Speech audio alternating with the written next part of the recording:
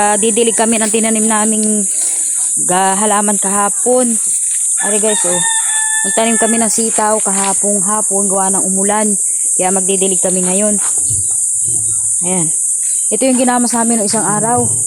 Kaya ay nataniman na namin ng gulay. Tapos doon sa baba, talong at saka ay kalabasa itatanim namin.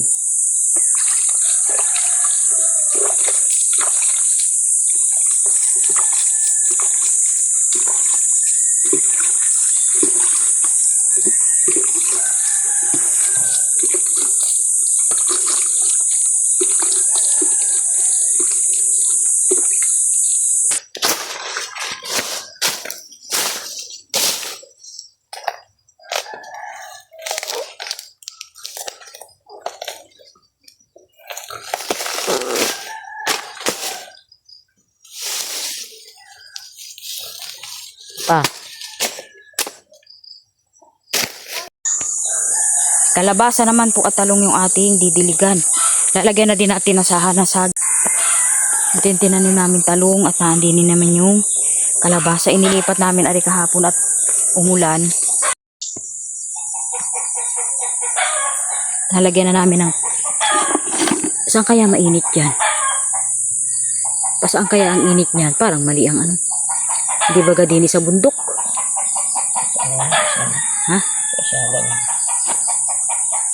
Ito guys, yung tinanim namin kahapon. Kalabasa. Tapos may talong dun ay. Yan, talong. Tagalog yan na talong. Katulad ng talong dun sa bahay. Tapos lalagyan namin ng saha. Baka mainit mamaya, edi ito ilalagyan namin ng pangpalilom.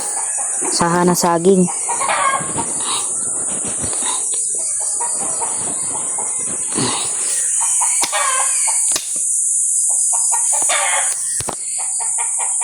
Ito yung ginamas namin ng isang araw. Yan.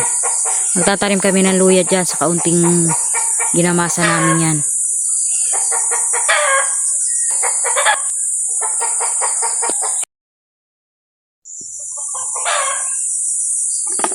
Ari pa oh, meron pa rin eh. Buhay man din. Ang ganda. Buhay na buhay ang tanim natin.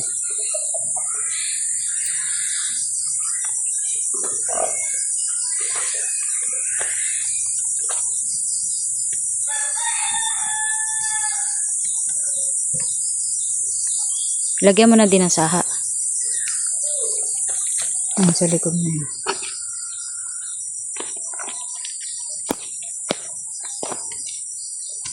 Saan kaya ang init niyan?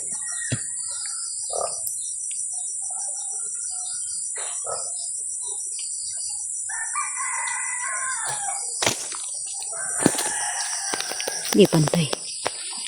Ayan, pagayan.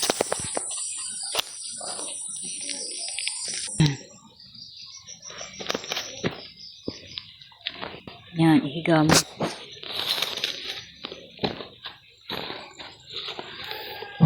Parang ang init ay dini sa bundok, boy. Ilang tanghali natin Ha? Tingnan kung saan. Ipat ko daw din. Tingnan ko daw. Balik na naman ito.